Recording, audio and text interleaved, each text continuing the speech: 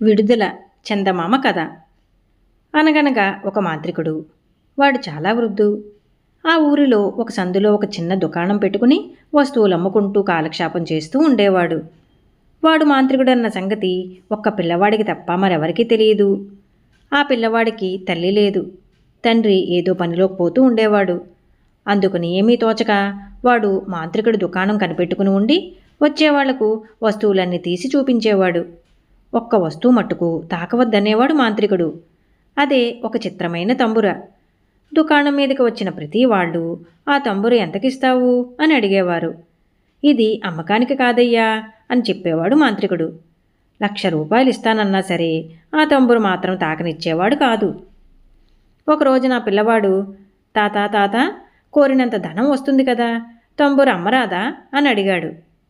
నువ్వు పెరిగి పెద్దవాడయ్యాక దానిని నీకిచ్చేస్తాను. అది అమరగానం పాడుతుంది. ఆ పాటకు లోకమంతా నిశ్చేష్టులై నీవేపే తిరిగి ఉంటారు అని మాంత్రికుడు తంబురు చేతబట్టి తీగల శృతి వేసేసరికల్లా దివ్యగానం వినవచ్చింది. అయితే ఇటువంటి గానం ఎలా వినబడుతున్నది అని అందరికీ ఆశ్చర్యం కలిగేది. ఈ తంబురు లోపల మాంత్రికుడు ఒక దేవకన్యను బంధించి వేశాడు. ఆమెను ఇలా బంధించి ఎంతో కాలమయ్యింది. అప్పటి నుంచి మాంత్రికుడికి జడిసి అతడు కావాలన్నప్పుడల్లా ఆమె గానం చేస్తూనే ఉంటుంది. ఆ దేవకన్యకు ఈ పిల్లవాడంటే అమిత ప్రేమ.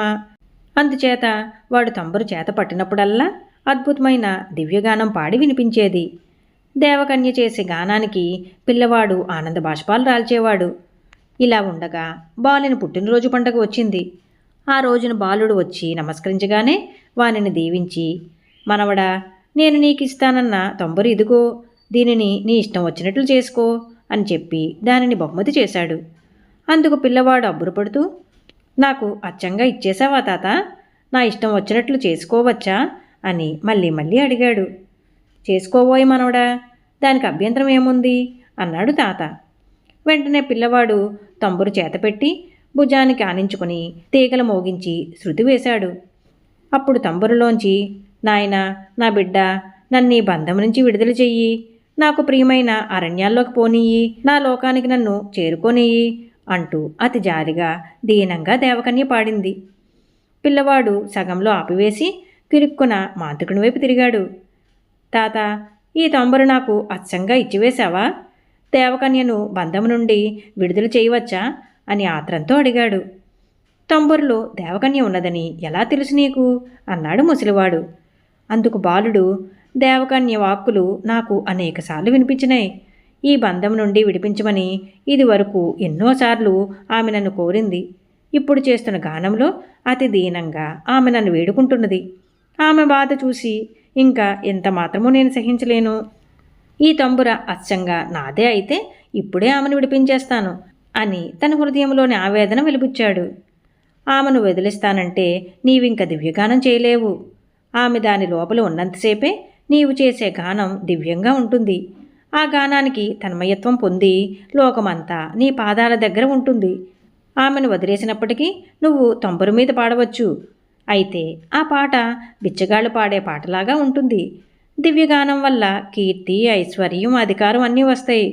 కాదంటే దారిద్ర్యంలో ఓలలాడతావు.